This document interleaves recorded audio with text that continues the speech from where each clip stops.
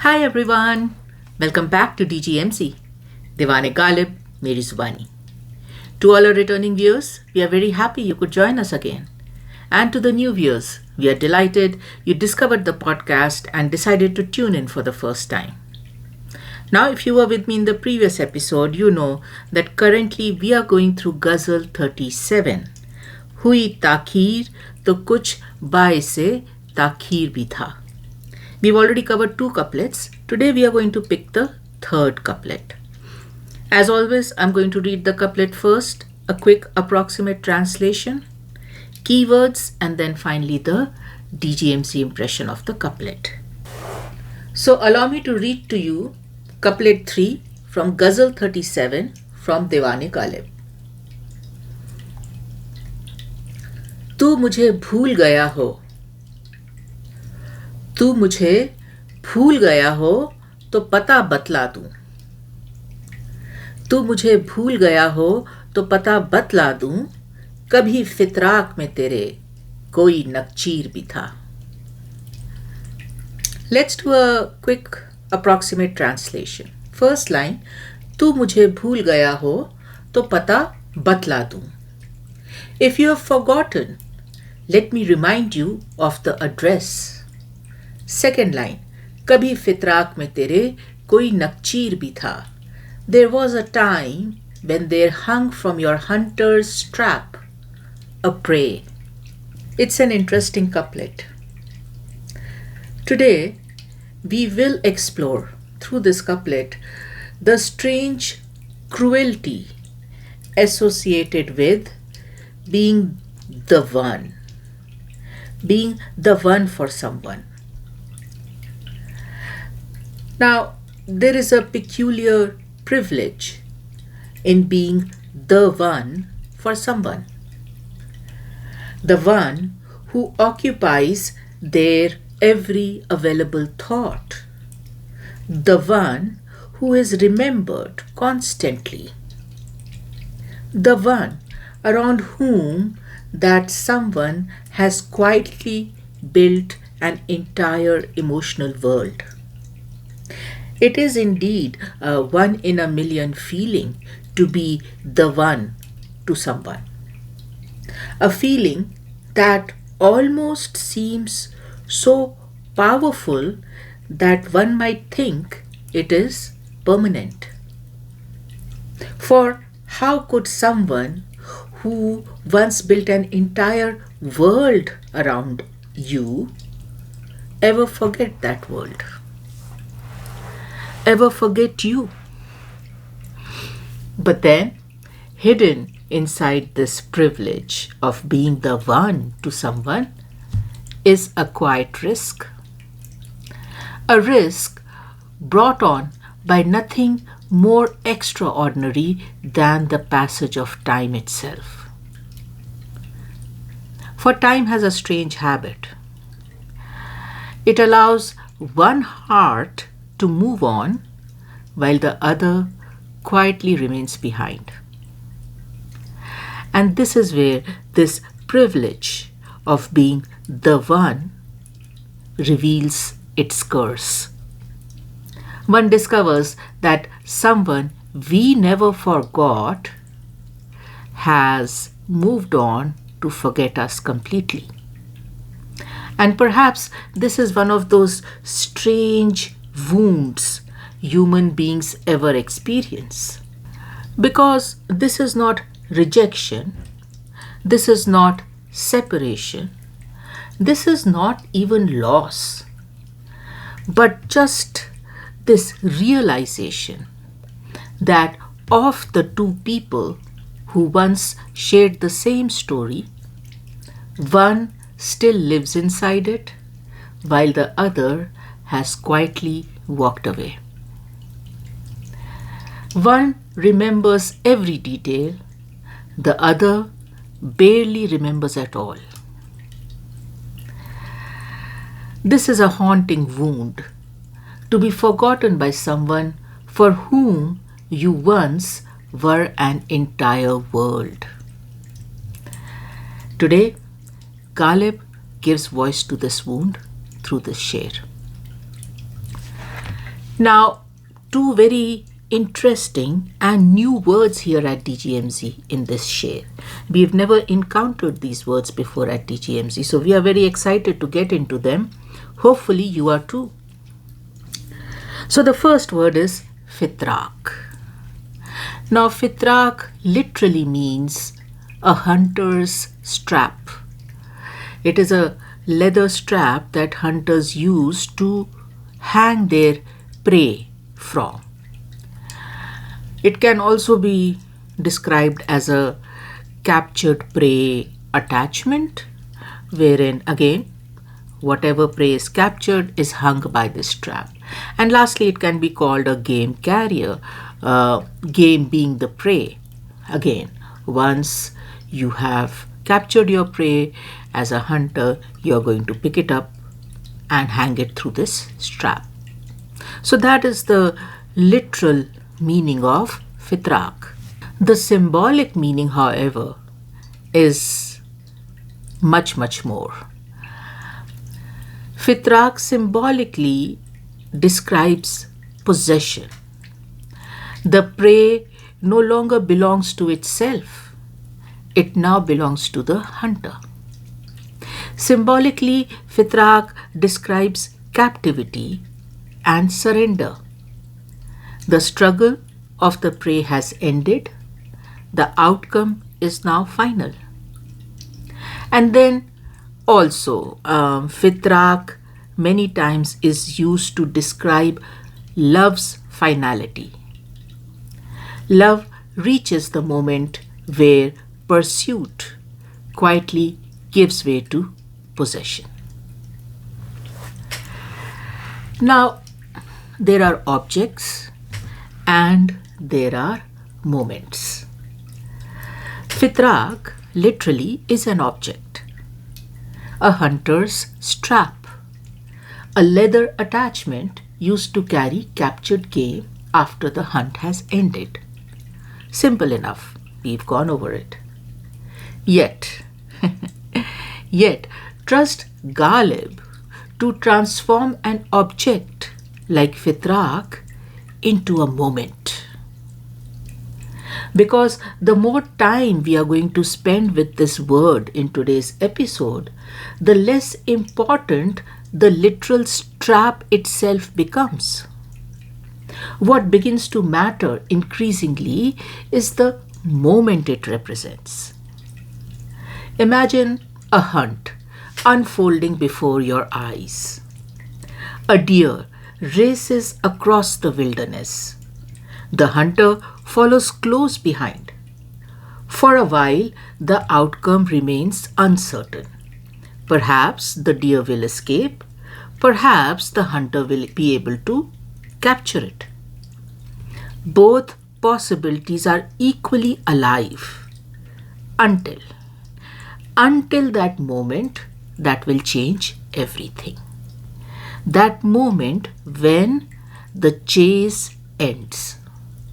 The struggle is over.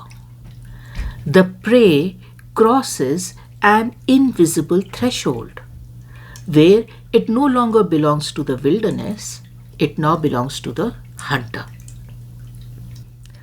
The captured prey is fastened to the hunter's strap, the Fitraak.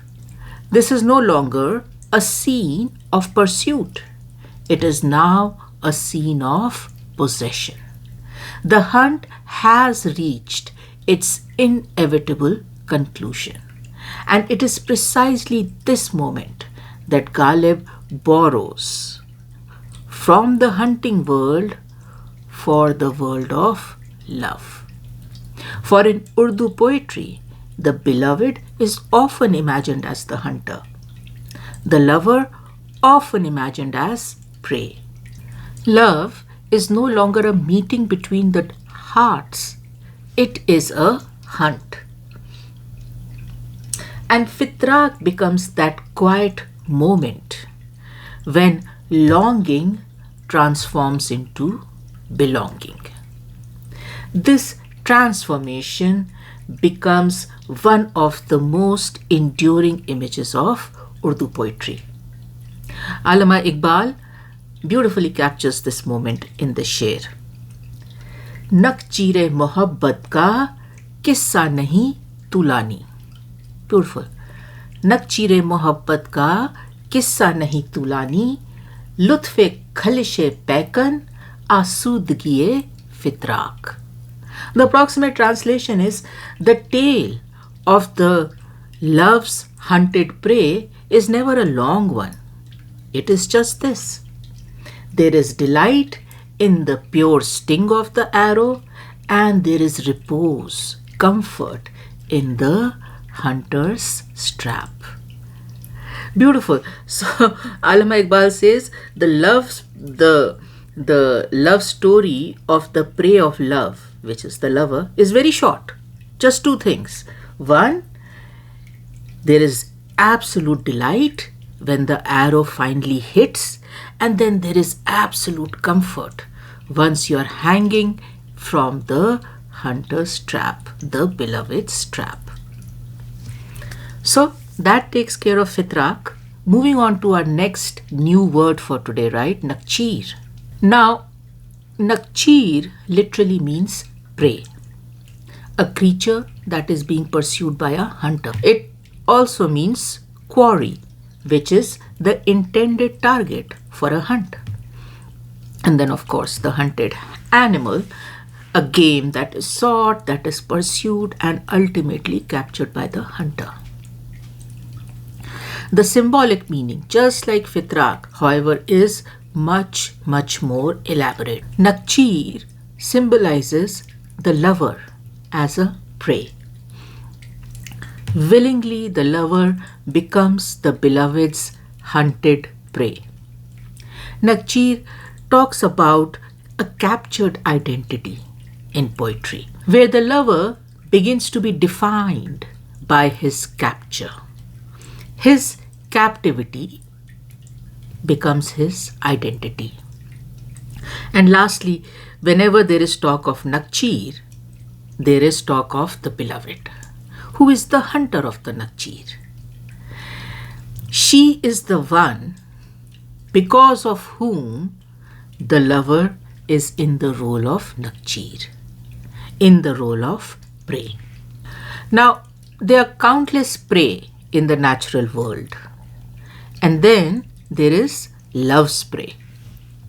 At first glance, they appear no different. Both are pursued, both are hunted, both eventually find themselves at the mercy of the hunter.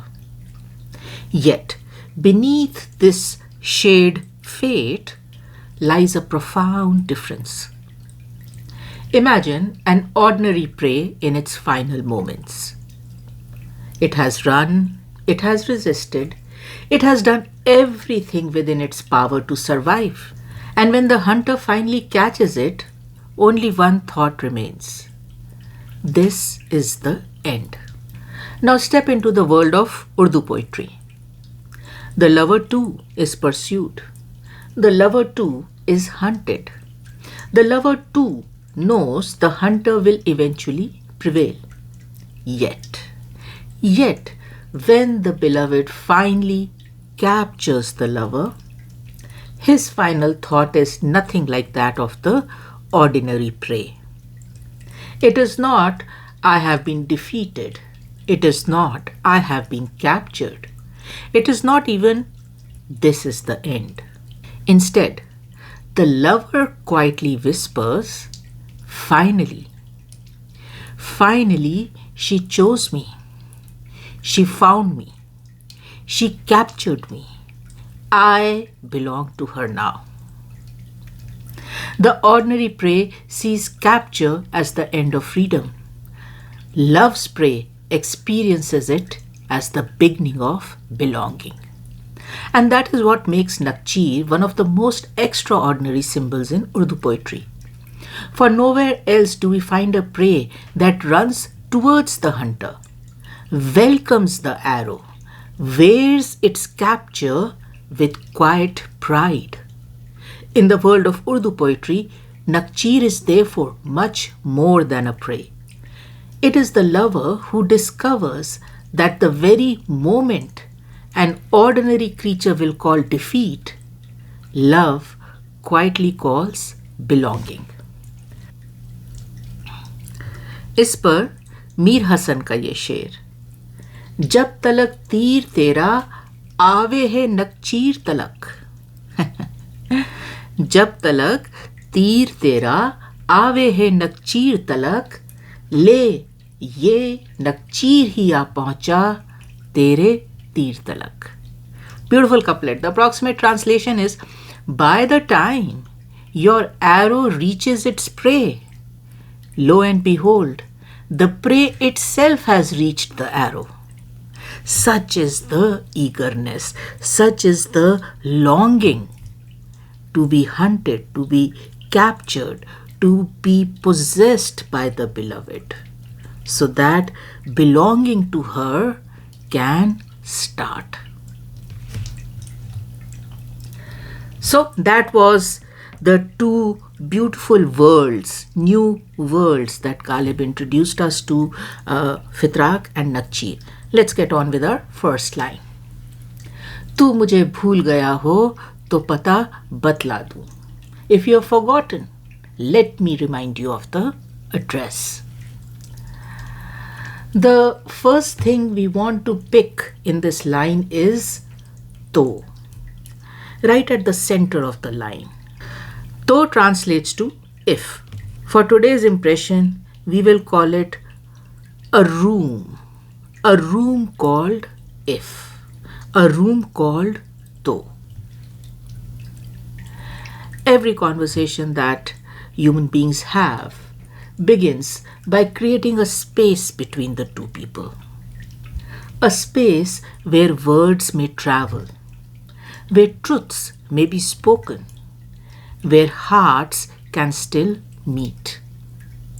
Yet, by the time we arrive at today's Sher, that shared space between the lover and the beloved no longer exists.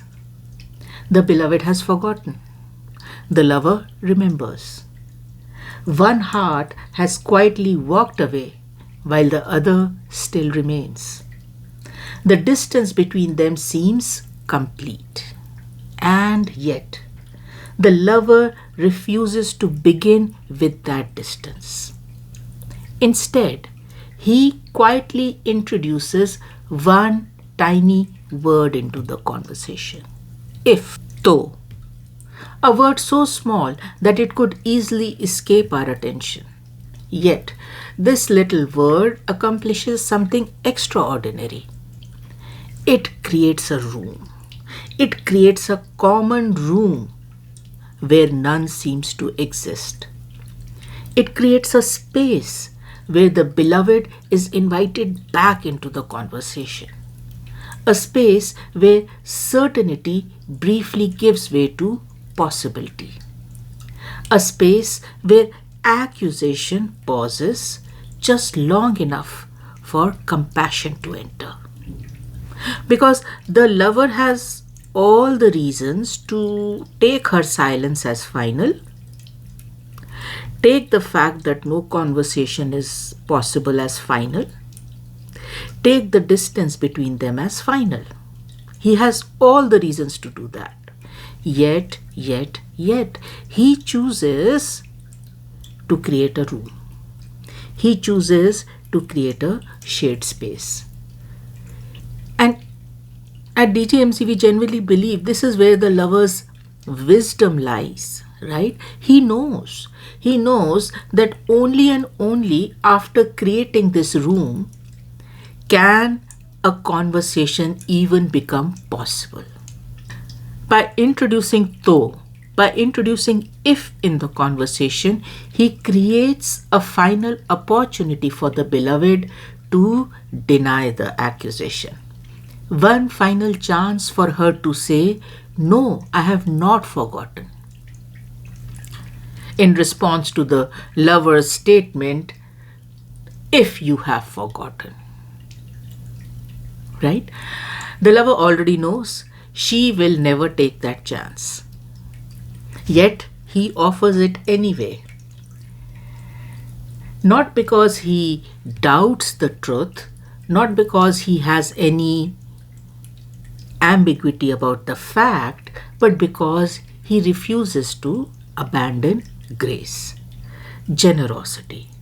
The very person who has been forgotten is still protecting the dignity of the one who forgot.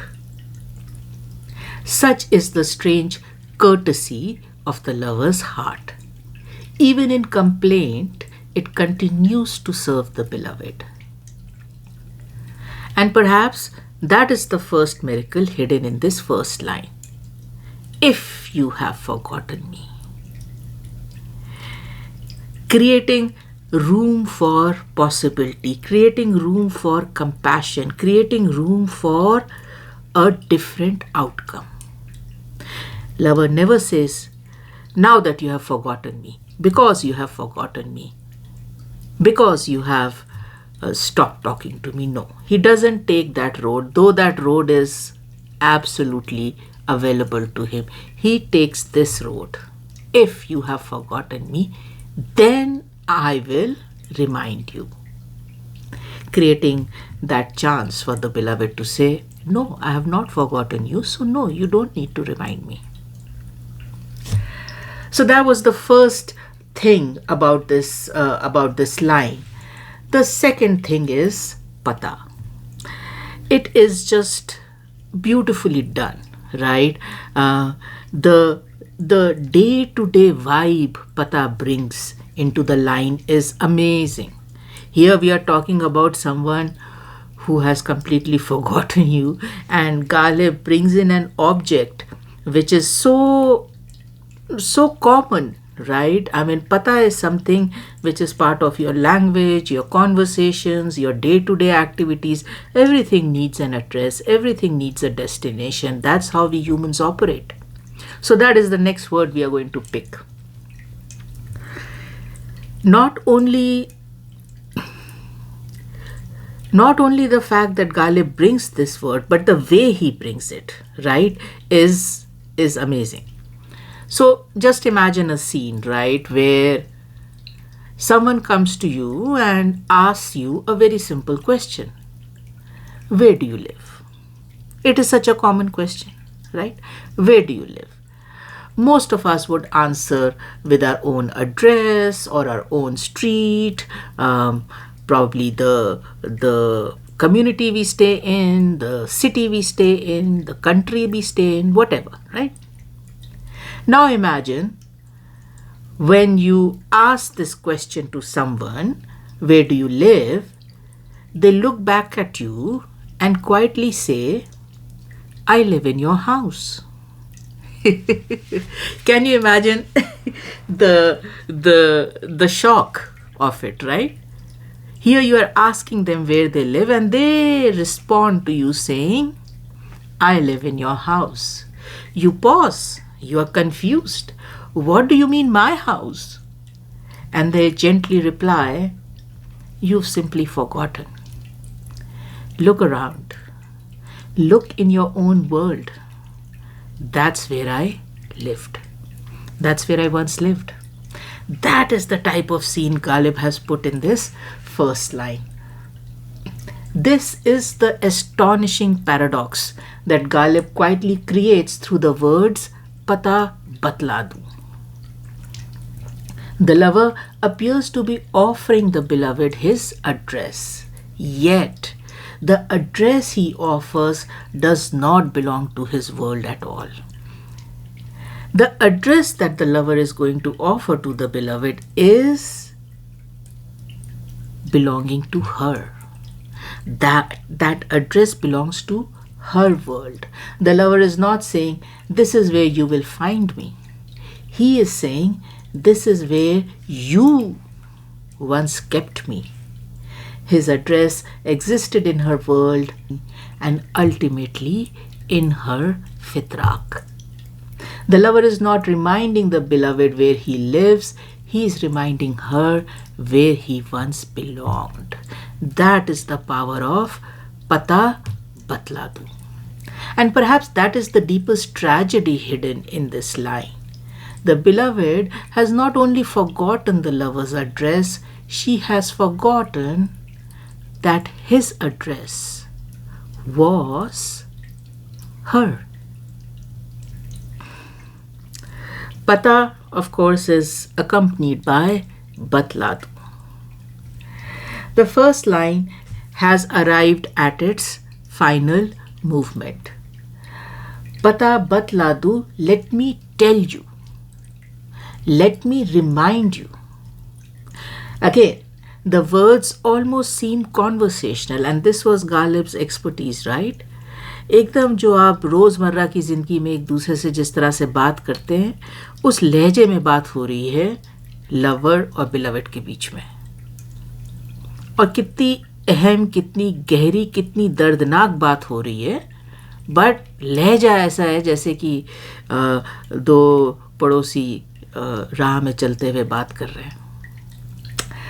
At first glance, the words seem almost conversational, gentle, unassuming, yet hidden inside them is something remarkably courageous. A quiet defense, not of the lover, but of a shared past. The lover is not saying, remember me, because I still matter. He is saying, remember me because I once mattered. The appeal is no longer directed towards the present.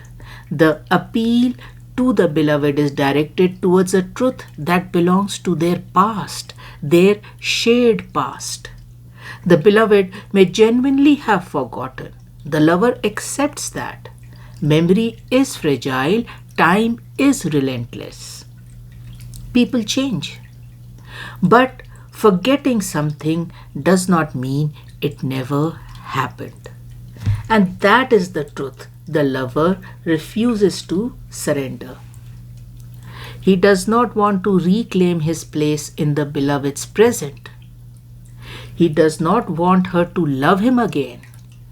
He is asking for something much, much smaller, yet infinitely greater for the lover. That the truth that once existed between both of us, allow it to remain true. The beloved may choose to forget, that is her privilege, but she does not have the privilege to erase what happened. For the lover is not reminding the beloved of himself, he is reminding her of them, us. We coexisted in the past. उसका पता मैं आपको बतला देता हूँ. That place where I coexisted with you. अगर आप भूल गए हो तो मैं पता बतला देता हूँ उस पास जगह का.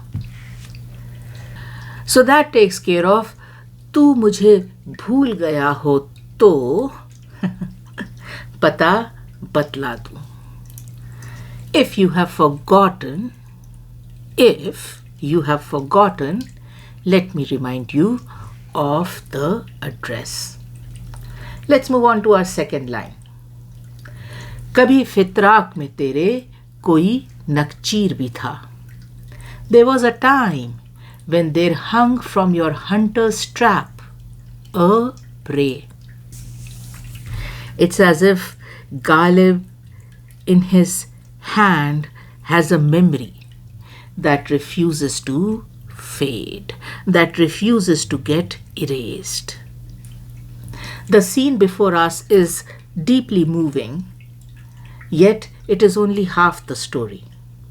For today's Sher begins after the hunt has already ended.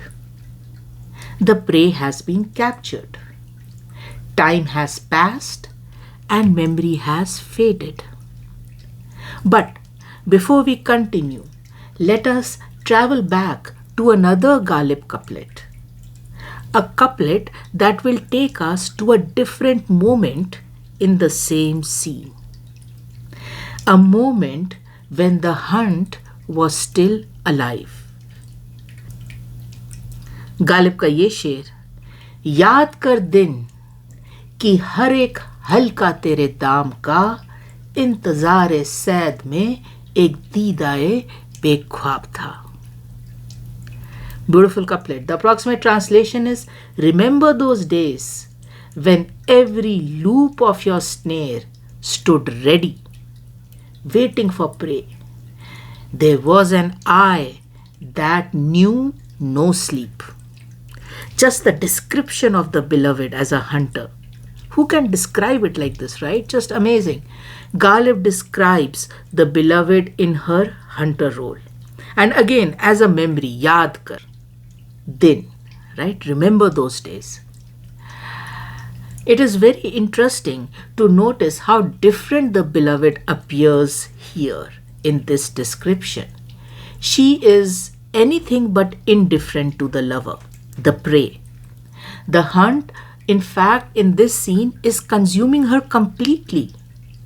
Every movement of the prey matters to her. Every possible escape of the prey is anticipated by her. Such is her complete absorption in the hunt that even sleep becomes a small price to pay for it. She waits, she hunts, the prey occupies her thoughts so completely that forgetting almost seems impossible. Standing inside this moment, one cannot help but believe that such intensity, such focus will never fade away. That someone who watches so closely, who waits so patiently, who hunts so passionately, can never forget the very prey that occupies their entire world. And yet we have today's couplet. And therein lies the paradox. That is the paradox Ghalib is describing. A beloved who once was totally absorbed in hunting the lover now does not even remember the lover. And from her forgetfulness has emerged the Sher we are handling today from Ghazal 37. Now, in the second line, we see Fitraak come into the scene. As we covered in the keywords, Fitraak symbolizes a moment that transforms the longing of the lover to the belonging of the lover, belonging to the beloved. Every hunt eventually reaches a moment where pursuit comes to rest. The chase ends and the outcome is no longer uncertain. The prey crosses an invisible threshold where it will now not belong to itself but will belong to the hunter. And this is Fitraak. And though an ordinary hunter and an ordinary prey will take the moment of Fitraak as the final end, in the world of Urdu poetry, neither the hunter nor the prey are ordinary. Correct? The beloved steps into the hunt knowing she will not spare the lover. The lover enters knowing he will not be spared by the beloved. Both of them do not expect a different ending. One has come to hunt, the other has come to be hunted. Both receive exactly what they came for. Yet, strangely, the certainty of the ending never diminishes the intensity of the journey. Every hunt still burns with the anticipation of the first.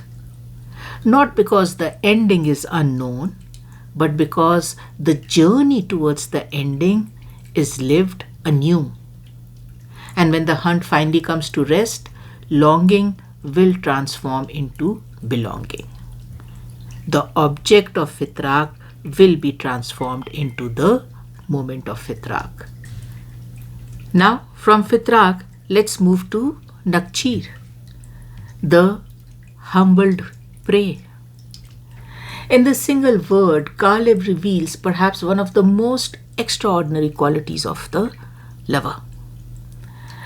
Not a quality he possesses by his inherent nature, but a quality bestowed upon him by love itself, the humility to be humbled.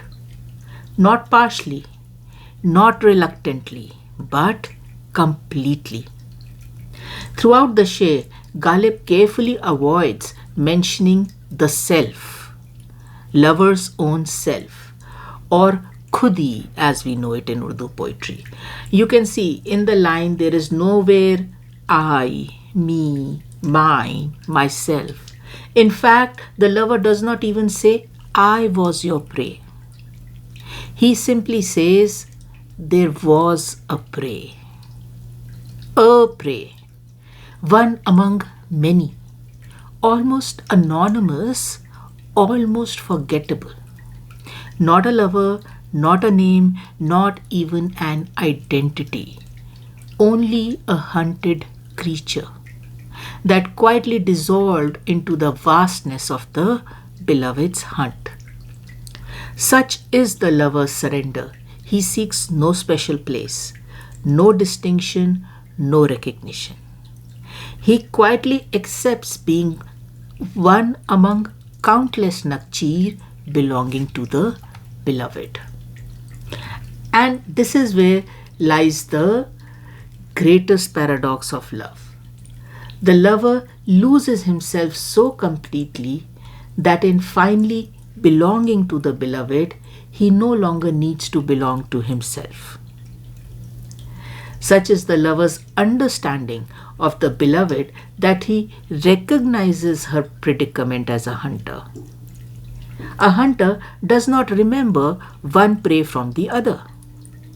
To the hunter, they are all deer, all rabbits, all antelope, all simply prey. The hunter cannot distinguish one deer from the other or one rabbit from the other. For him, it's a general collection of prey he has hunted. And in this beautiful Sher by Sheikh Ibrahim Zauq, he quietly offers the beloved a way out of this predicament. उनका ये शेर, लौटते सैकड़ों नखचीर हैं, क्या याद रहे? लौटते सैकड़ों नखचीर हैं, क्या याद रहे? चीर दो सीने में दिल को कि पता याद रहे. The approximate translation is, hundreds of hunted prey lie writhing and squirming. What would anyone remember?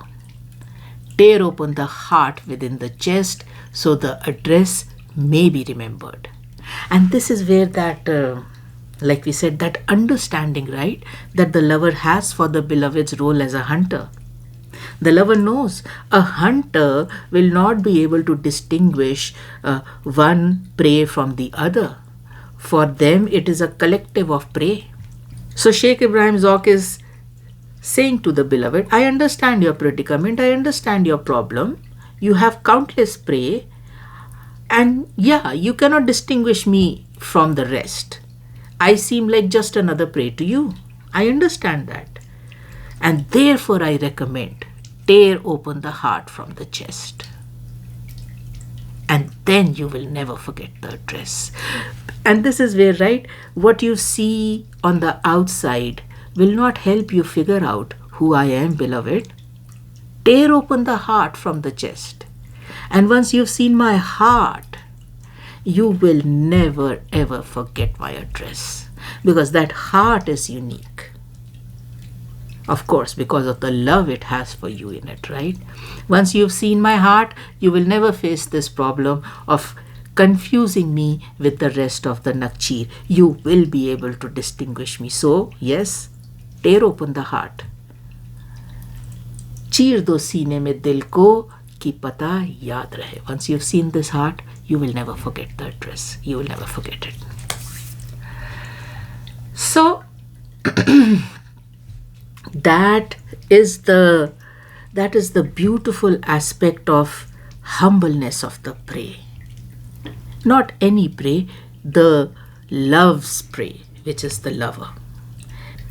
Now, after that humbling image of a Nakhchiir fastened to a Fitraak, it seems that as a viewer we have seen everything, felt everything, endured everything. Yet, Ghalib quietly invites us to look once more. Once more. And as DGMZ, we do. For from that humbled prey, we see something entirely unexpected beginning to emerge. Pride. The very love that bestowed the lover with the humility to be humbled now quietly bestows him with the pride of being able to do so. वो शकील बदायूं का शेर याद आ रहा है, रखी हुई है संगे दरे यार पर जबीं, इस इज्ज पर गुरूर किए जा रहा हूं मैं.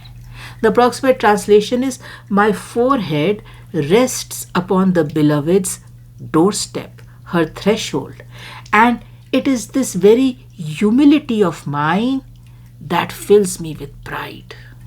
The fact that I can humble myself in front of her is a fact I am very proud of. That I could do this. Love taught me, love asked me, love encouraged me, and I was able to do it, because एक इंसान के लिए ये चीज़ करना सबसे बड़ी बात है, राइट?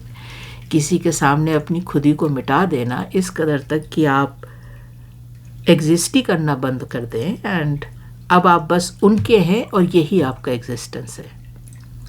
इस टाइप की हम्बलनेस तो जल्दी नहीं आती है, राइट? यूजुअली नहीं आती है.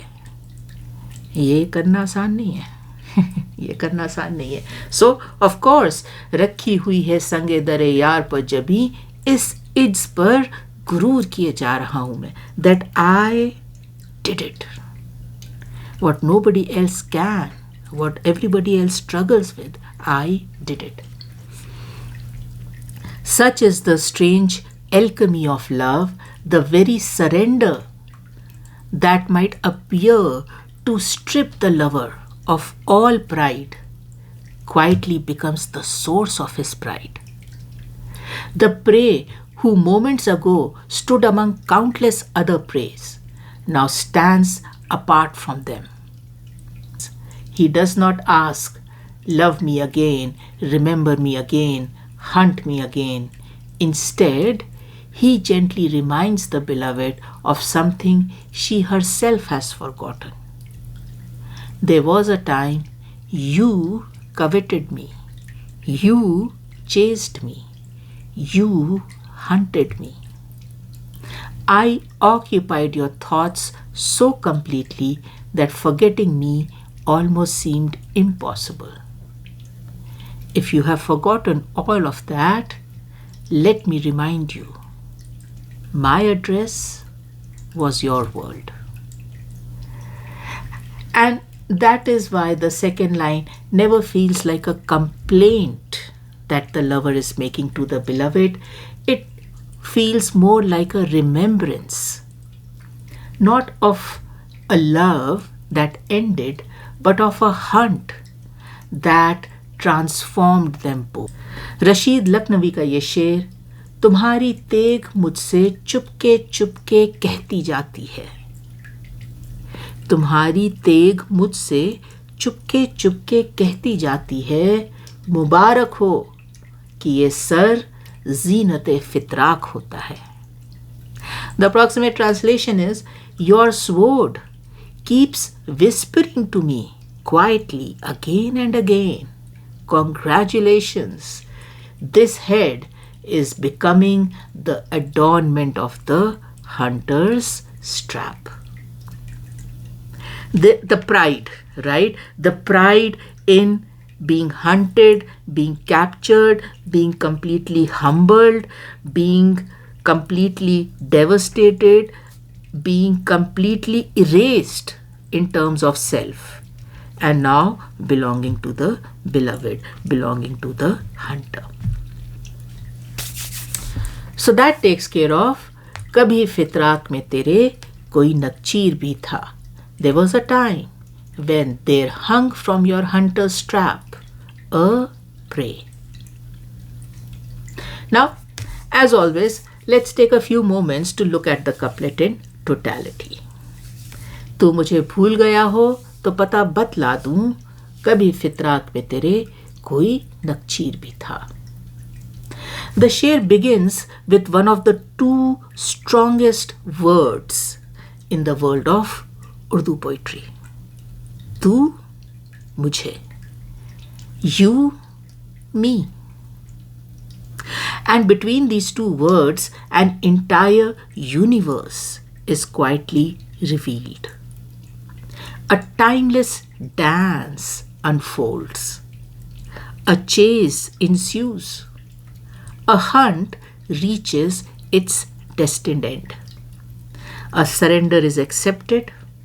A prey transforms into possession.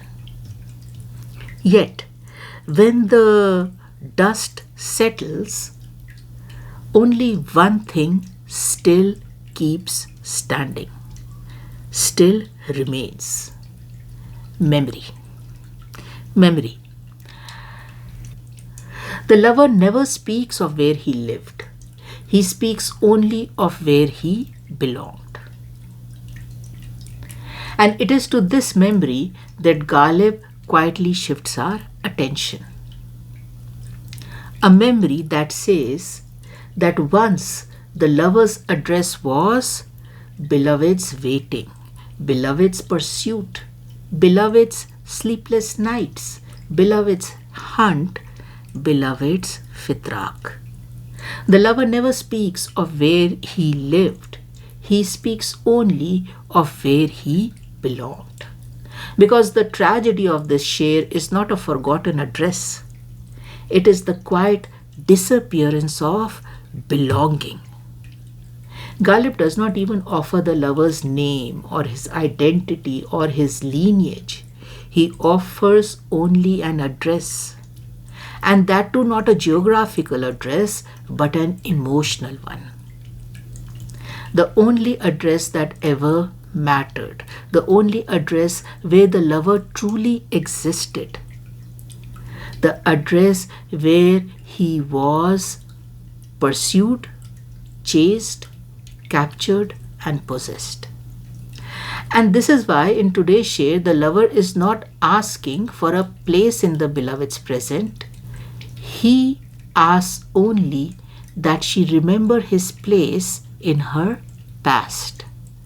Not because he wishes to return to that past, not because he wishes to be hunted again, but because there are memories that deserve to outlive time.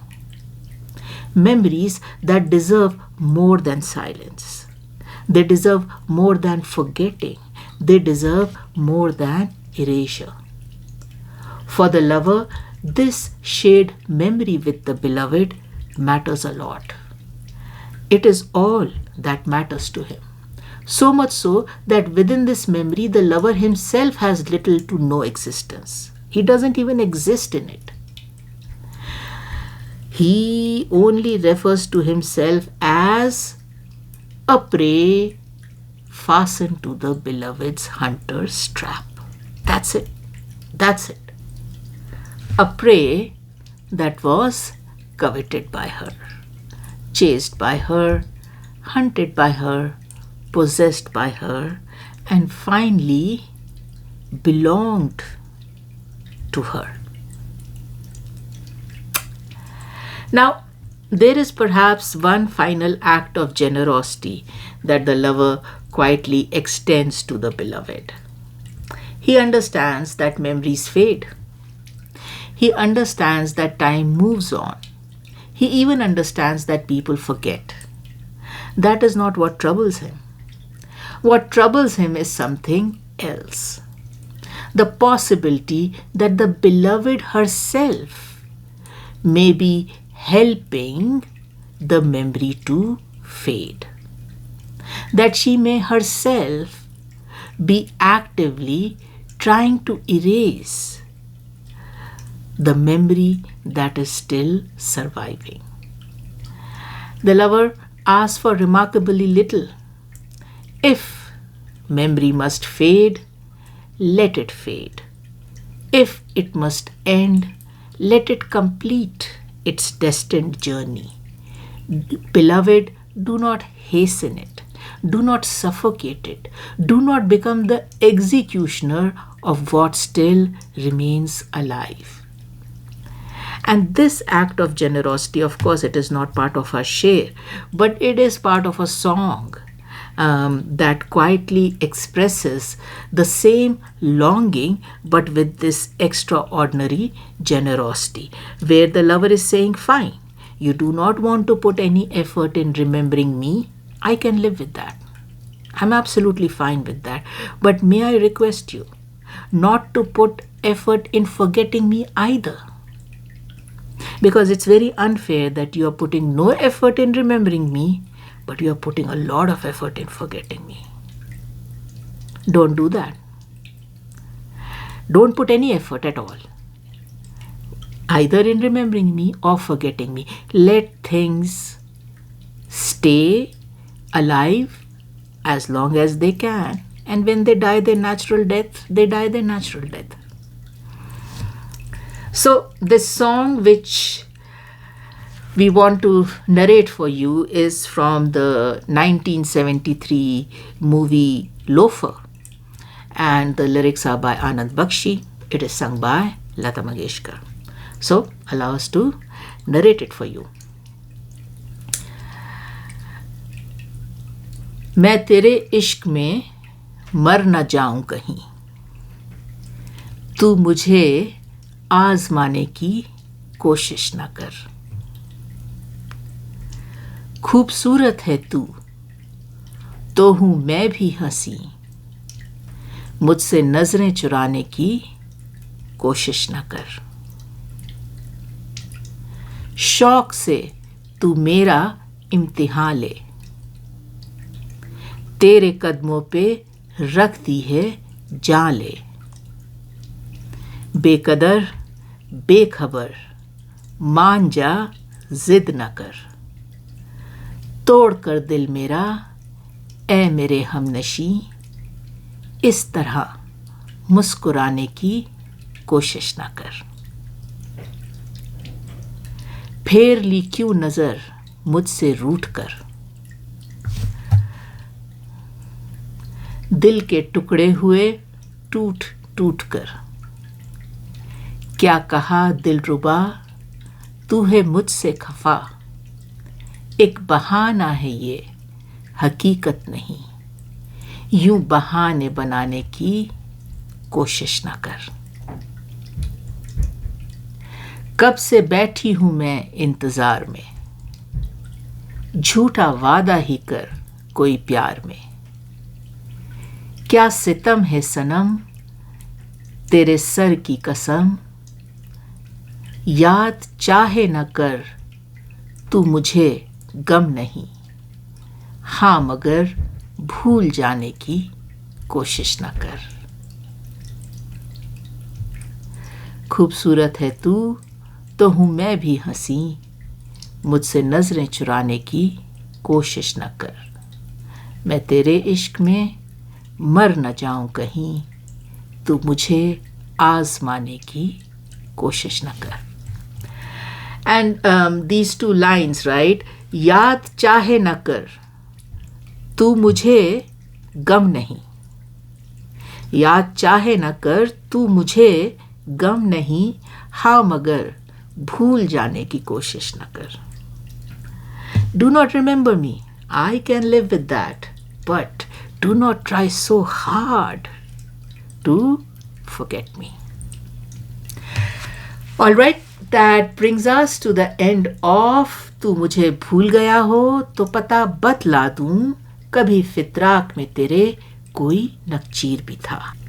We genuinely hope you enjoyed the episode. As always, we'll be very keen to hear your feedback and comments. Now for the new viewers,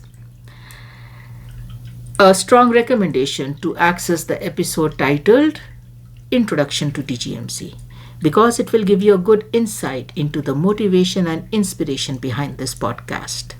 For our regular viewers, whenever you have time, please visit the homepage of the channel. Multiple playlists segregated by topics, segregated by ghazals.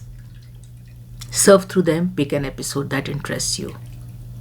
If you haven't joined us on Facebook and Instagram, we invite you to join us there. Now, allow me to go ahead and close this episode by sending a lot of love and light to all you dear viewers, and thanks for watching.